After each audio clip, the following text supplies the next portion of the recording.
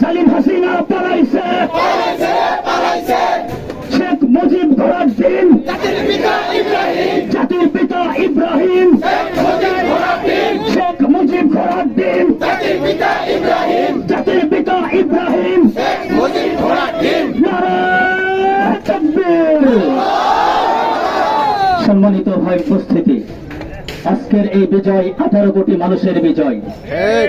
সুদীর্ঘ 17 বছর যাবৎ ফেরাউন হাসিনা আমাদেরকে একটার পর একটা জুলুম নির্যাতনের স্টিম রোলার চালিয়েছে।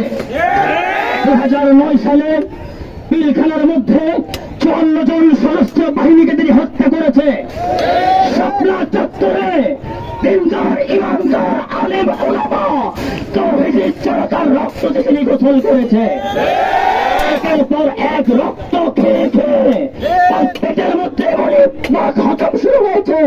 2024 সালে এসে দেশ ছেড়ে পালিয়ে যেতে বাধ্য হয়েছে। সংগ্রামী সাথী বন্ধুগণ, এই বিজয় 18 কোটি মানুষের বিজয়, এই বিজয় সবুজ পতাকার বিজয়, এই বিজয় সারা বাংলার মানুষের বিজয়। ঠিক কিনা? এখন আমরা আবেগে কোনো গা ভাসিয়ে না দিয়ে আমরা সকলে শুকরিয়া আদায় করবো। আল্লাহ পাক জালিম শাহী থেকে আমাদের দেশকে হেফাজত করেছে।